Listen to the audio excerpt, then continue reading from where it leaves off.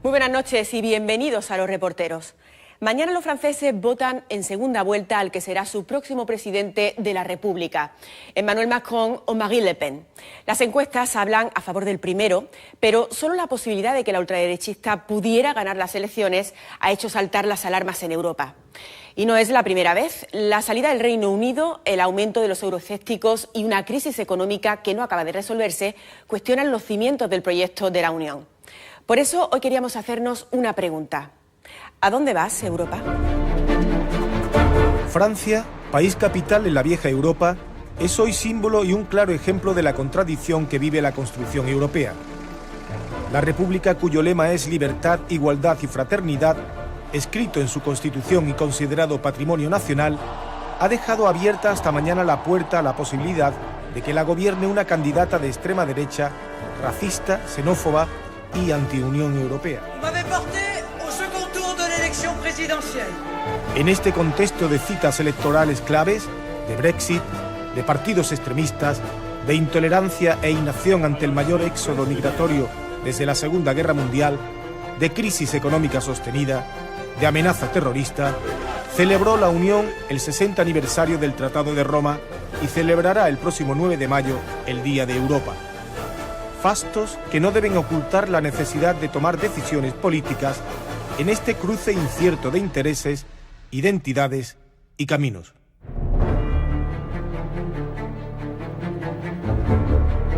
La Unión Europea está ahora en una encrucijada, un momento en el que tiene que hacer el balance de lo pasado, ver lo positivo, ver con lucidez también lo negativo y inventar algo nuevo. Creo que el momento ha llegado para plantear el problema central. ¿Queremos o no una unión política europea? Tenemos que ir mucho más allá de la creación de un mercado, de la defensa de ese mercado, de una moneda. La moneda no puede existir a largo plazo si no tenemos una unión política europea. Si no somos capaces ahora de hacer una propuesta política para la construcción europea, puede que el proceso, todo el proceso europeo desemboca en un fracaso generalizado. Comencemos a reconsiderar otras posibles camino, evolución, política, modelo de la Unión Europea. Yo, desde luego, pienso que ese sería el camino, es decir, mientras sigamos sin debatir hacia dónde queremos ir, pues al final no se resuelve nada. Solamente la crisis fuerza a tomar decisiones, porque a la Unión Europea le cuesta mucho tomar decisiones. La Unión Europea funciona precisamente porque los intereses son diferentes, funciona cuando hay crisis y los responsables se dan cuenta de que hay esta crisis y tienen dos soluciones, o avanzar o volver atrás. En esta Europa de tantos rostros, perfiles e identidades diversas, ¿avanzar en qué dirección? Países de una profunda tradición democrática toman ahora decisiones que tendrán consecuencias para las generaciones venideras, en muchos casos sin tener en cuenta que los más jóvenes caminan sin tantos prejuicios por donde otros hacen divisiones y marcan fronteras. Los jóvenes europeos se sienten europeos, pueden viajar libremente por Europa sin necesidad de visa. Esas son conquistas que los europeístas hemos ido consiguiendo a lo largo de las décadas. Pero todos hemos sido socializados y educados a nivel nacional. Entonces la idea de la nación y de la cultura nacional es algo que tenemos muy anclado en nuestra conciencia. Muchos son proeuropeos, federalistas, pero todavía no lo saben. Cualquier persona joven que ha tenido una experiencia internacional, una experiencia de Erasmus, vuelve de esos viajes con una visión más amplia. Lo que hay que hacer es universalizar ese tipo de políticas, que toda persona joven en su formación haya recibido primero en su escuela de su ciudad local, de su país, una formación en valores europeos y que en algún momento de su formación, ya sea formación profesional o universitaria o de investigación, pueda realizar un periodo de tiempo en otro país de la Unión Europea. Si hay una variable fundamental que explique el Brexit, es que había una participación aproximada de un 25% entre los jóvenes de 18 y 25 años.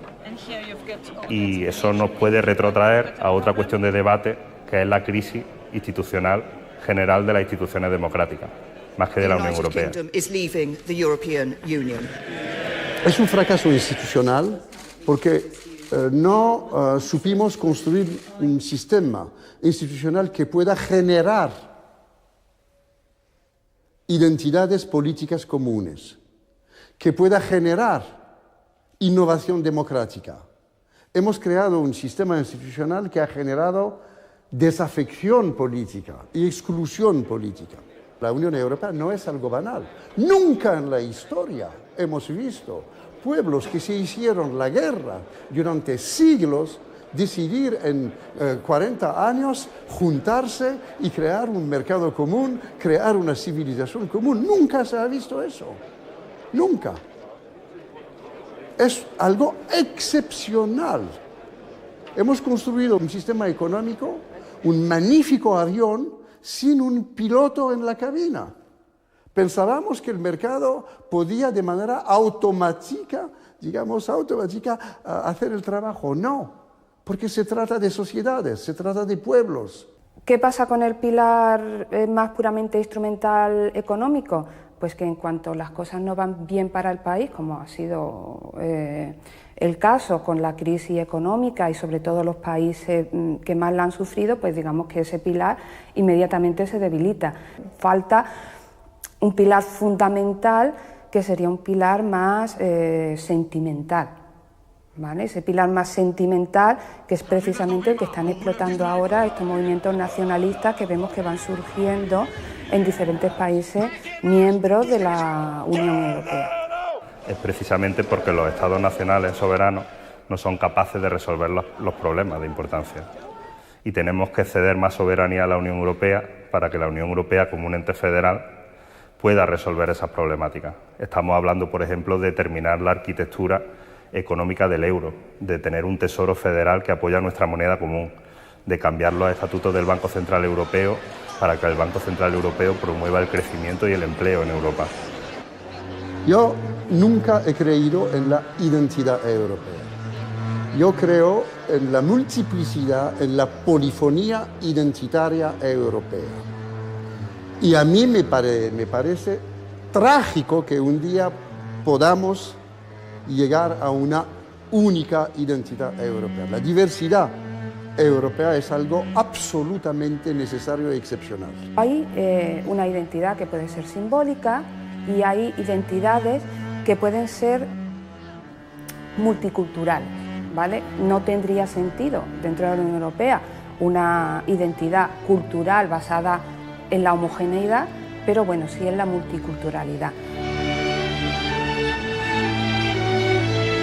En ese encuentro de diferentes culturas, de colisión de intereses o ideologías, es donde se precisa la política y la recuperación del prestigio de las instituciones democráticas para hacer frente al desengaño.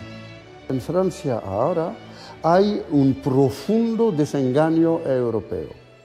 La extrema derecha y las fuerzas anti-europeas se aprovechan de esta situación para no decir, mira, eso es una realidad y tenemos que inventar un modelo de adaptación a esta situación, sino para decir, eso es la culpa de Europa y hay que acabar con la Unión Europea. Con lo cual, efectivamente, hay un desengaño. Precisamente lo que ocurre en Francia, ¿vale?, es esto, es decir, bueno, nos hemos relajado, hemos llegado hasta aquí, ha aparecido este partido que ya existía, pero que ahora está cogiendo mucha dimensión. Bueno, pues ante esto tenemos que reaccionar. Digamos que desde ese punto de vista puede tener una lectura positiva. Nos encontramos entre, un candidato que defiende la necesidad de seguir construyendo Europa y otro que dice tenemos que salir de la Unión. Estoy seguro que el candidato que defiende la idea de seguir va a ganar. Y va a ganar porque hay una conciencia política en Francia, la ciudadanía está consciente y sabe, perfectamente lo que hay que aceptar y lo que hay que rechazar. En solo unas horas, Europa saldrá de dudas respecto al destino más inmediato de Francia y, como consecuencia, al de la propia Unión a medio plazo. Sea como fuere, la historia de la construcción europea se ha ido escribiendo con dificultad y muchas veces con renglones torcidos que no han impedido mantener vivo el sueño europeo. No somos realmente unos soñadores. Nosotros no estamos siguiendo el lema del mayo del 68 francés de seamos realistas, exijamos lo imposible. Nosotros estamos exigiendo algo posible, que es culminar el proceso de integración política transnacional más importante que existe en la humanidad, que es la Unión Europea. Los realmente optimistas y soñadores fueron aquellos que en medio de la Segunda Guerra Mundial, confinados por ejemplo en la isla de Ventotene, como estaba Altiero Spinelli o Ernesto Rossi, fueron capaces de imaginar una Europa federal, en paz, desarrollada con una moneda común o con un parlamento democrático. Una apuesta coral, en la que cada voz, cada instrumento sume y cuya confluencia en armonía construya y dé crédito a una propuesta común que, hoy por hoy, desafía.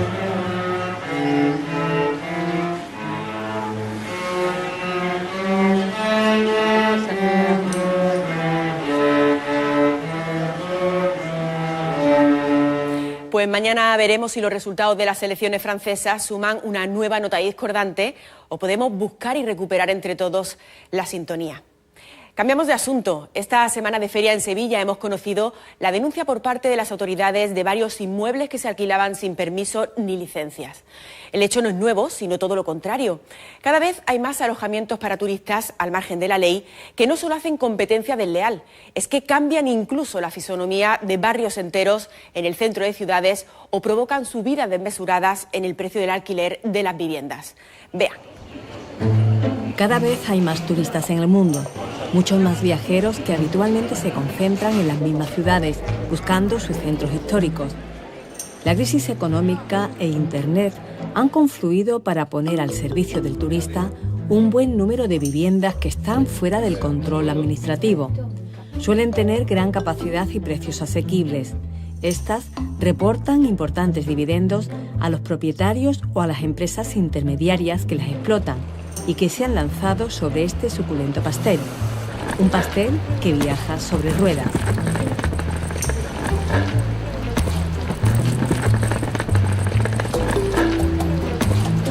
Granada fue la primera ciudad española en 1984 en recibir la declaración de Patrimonio de la Humanidad de la UNESCO. Miles de turistas visitan la ciudad, pero en los últimos años los vecinos del centro y del Albaicín han visto aumentar de forma desproporcionada las viviendas de uso turístico.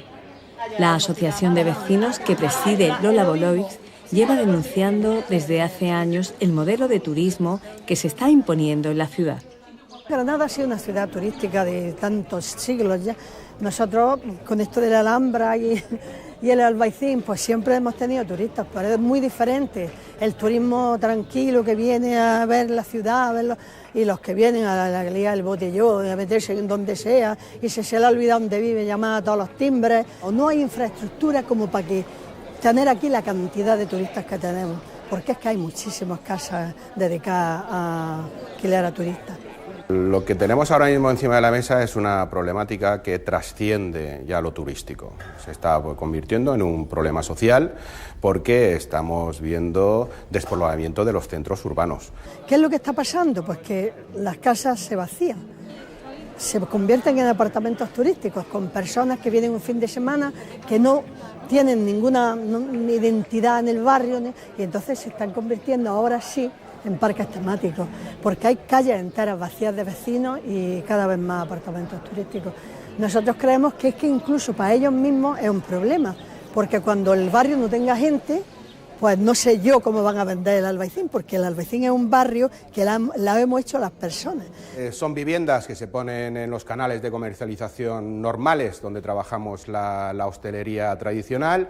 Lo que hace, por un lado, es, sin involucrarse en la sostenibilidad del destino, sí recibir todos los parabienes de los esfuerzos de promoción que se hace tanto desde el ámbito privado como desde el ámbito público. También se aprovechan de todos los esfuerzos que hace sobre todo el ámbito privado de posicionar una marca y un destino con la calidad de servicio y con la profesionalidad de las personas que nos dedicamos al negocio del turismo y del ocio. Está provocando un problema de competencia desleal en la medida en que no tributan, en muchos casos no hay contratación, no tienen todos los impuestos indirectos que tiene nuestra industria de prevención de riesgos laborales, de protección de datos, etcétera, etcétera, etcétera. Para el consumidor, además, tiene el inconveniente de que están fuera de un marco de protección de la Administración para consumidores y usuarios. Según fuentes oficiales, Granada es la tercera ciudad andaluza con mayor número de plazas turísticas, detrás de Málaga y Sevilla. En los últimos años, las viviendas de uso turístico han proliferado en los barrios céntricos. En las ciudades más atractivas de Andalucía estamos viviendo un auténtico proceso de lo que se llama gentrificación. Quiere decir, las zonas se convierten en un importante atractivo turístico, las viviendas de los vecinos tradicionales se sustituyen por viviendas de uso turístico, cambia la fisonomía del barrio, cambian las personas que lo habitan. Estamos viendo cómo se compran inmuebles completos para convertirlos en apartamentos, en viviendas de uso turístico, o que muchos vecinos se están apuntando precisamente a ese boom de la economía colaborativa y de poner esa habitación que les sobra en casa o ese apartamento no en un alquiler convencional, sino directamente en uso turístico. Eso está produciendo un encarecimiento importante de los precios. En esta inmobiliaria del casco histórico de Sevilla apenas tienen pisos para alquilar. El alquiler vacacional ha conseguido acaparar prácticamente casi todo el mercado de arrendamiento actualmente del centro de Sevilla, en todas las zonas del casco antiguo. Esto consigue que haya muy poca oferta en cuanto a alquiler a largo plazo, habiendo la misma demanda que antes, y por consiguiente también están subiendo los precios del alquiler en un porcentaje bastante alto, muy alto. La disponibilidad ahora mismo de pisos que hay en el centro Sevilla en todo este tiempo que yo he estado buscando solamente son pisos para alquiler para turistas. Tremendo, absoluto, hasta 4.000 euros alquilan en Airbnb, la página de Airbnb, incluso en páginas, en buscadores por internet, hasta 4.000 euros en el mes de abril, y de media, por ejemplo, de la renta que valían 600, 500, 700 euros, hasta 1.300, 1.400 mensuales a través de pisos turísticos en cualquiera de todas las webs, no solamente en el centro.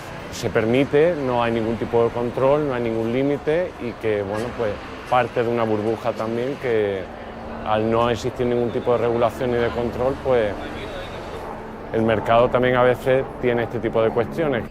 Desde que el año pasado la Junta aprobara un decreto para regularizar el mercado negro de viviendas de uso turístico, han aflorado más de 20.000.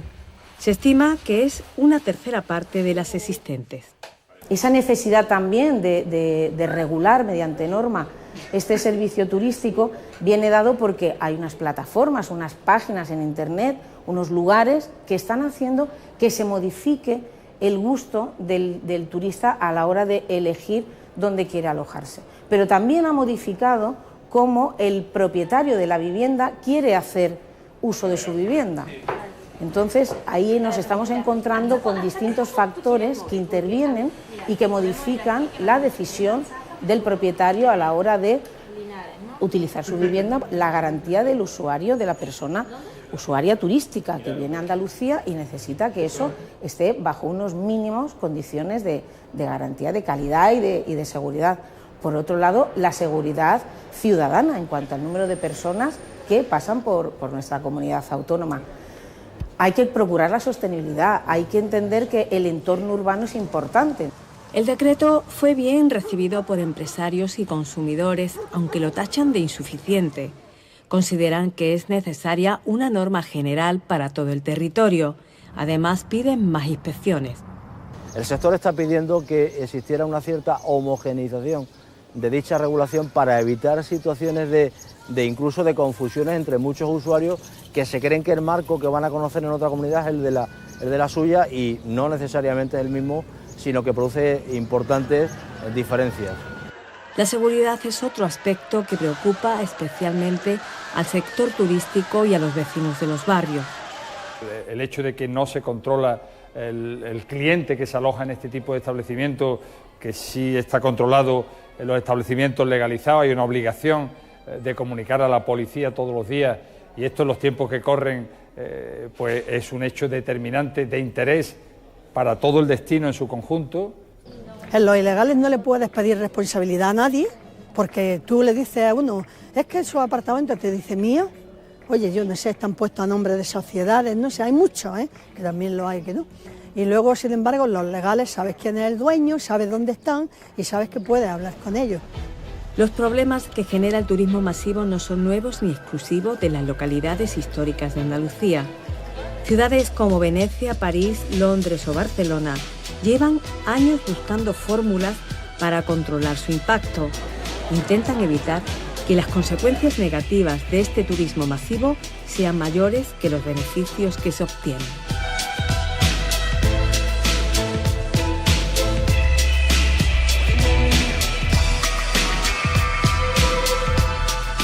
Un panorama ante el que habría que buscar una solución ajustada a todos los intereses que no repercutan en el mayor motor económico que tenemos, que no es otro que el turismo.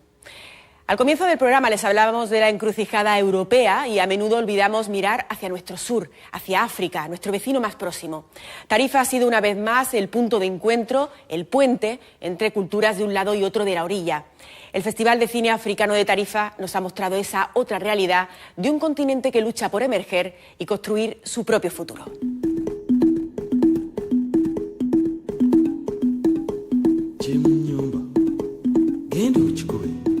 El estrecho es un espacio compartido, paso de migraciones y lugar de tragedias, pero también de entendimiento. Cada año, por primavera, el Festival de Cine de Tarifa tiende un puente cinematográfico para unir dos continentes. Es una alianza de culturas en esta ciudad babélica con reflejo internacional.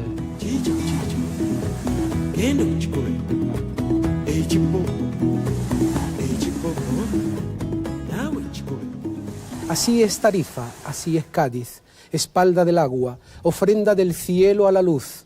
Se eleva con su sombra a los sentidos. Su nombre es el deseo, donde languidecen efímeras historias de niebla.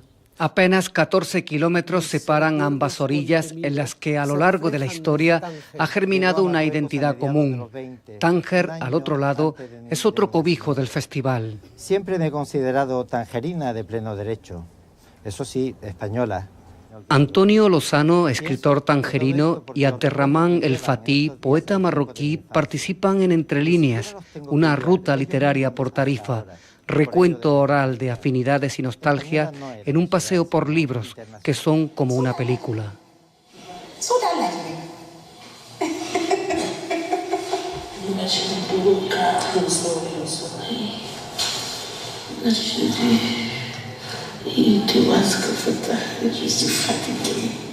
Durante 9 días, aquí está África entera, con sus crudezas y alumbramientos.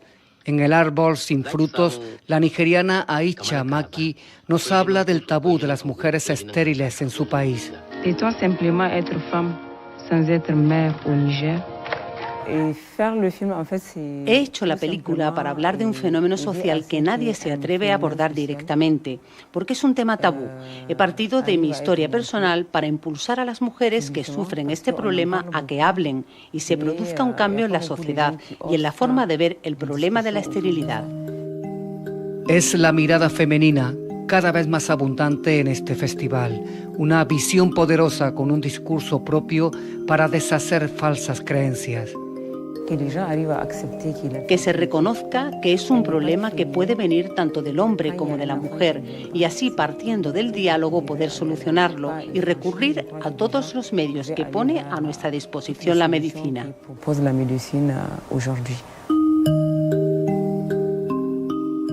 Berenice Chanda se ganaba la vida como vendedora callejera en Kinshasa, la capital de la República Democrática del Congo. Es la protagonista de Félicité, el primero de los 70 títulos proyectados. El cine le ha abierto otro mundo y le ha dado oportunidad de mostrar la realidad de su ciudad. Lo que muestra es la realidad de lo que pasa cotidianamente en Kinshasa, en Congo y en África en general. Porque el 80% de lo que se muestra en la película es algo real que sucede cada día en la ciudad.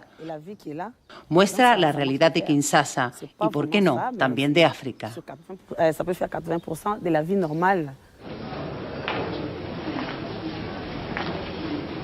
En el Congo escasean los medicamentos y las oportunidades. Ella representa a la gente que pasa necesidades y que no se resigna ante un destino cruel, el no tener dinero para curar a su hijo herido en un accidente.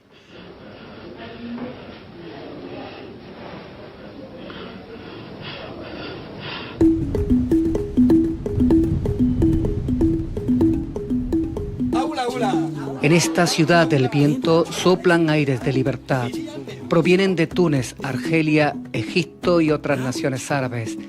Traen cine libre al amparo de las revueltas políticas para democratizar sociedades precisadas de cambios profundos. La revolución cambió realmente la forma de hacer cine. Los jóvenes empezaron a hacer un cine diferente. Sobre todo gente que hacía cortometrajes, pues pasaron de repente a hacer largos con propuestas diferentes, enriqueciendo la escena de lo que ya había.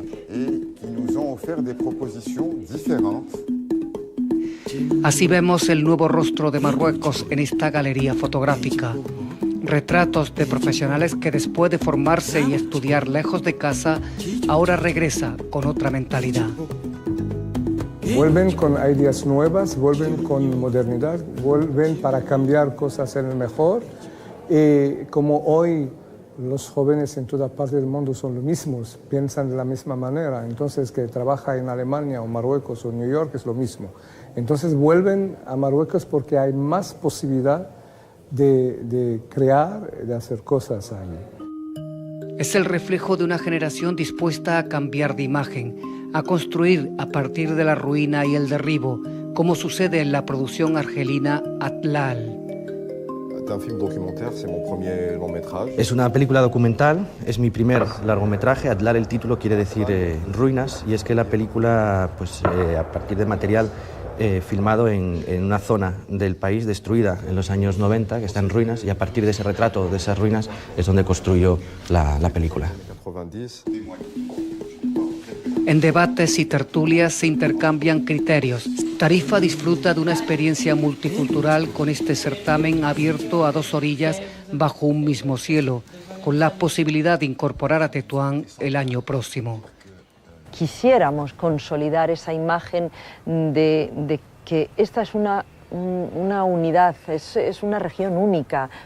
Hay dos ciudades, hay dos orillas separadas por lo que ellos llaman un callejón, pero que en realidad apenas separa unos pueblos que comparten muchísimo más de lo que creemos. Es el propósito principal de este festival, utilizar la cultura para derribar muros y acercar acentos y lenguas.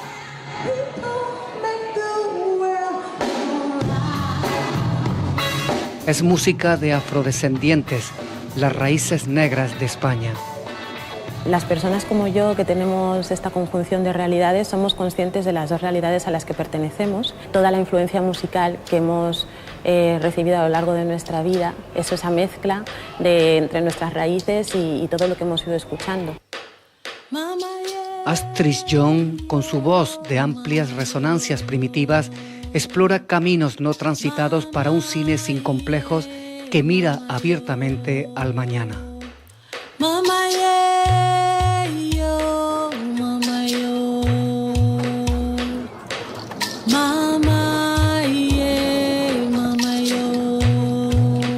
Con la mirada puesta en África, gracias al Festival de Cine de Tarifa y con una visión más clara de la realidad de nuestro vecino continente, nos despedimos por hoy.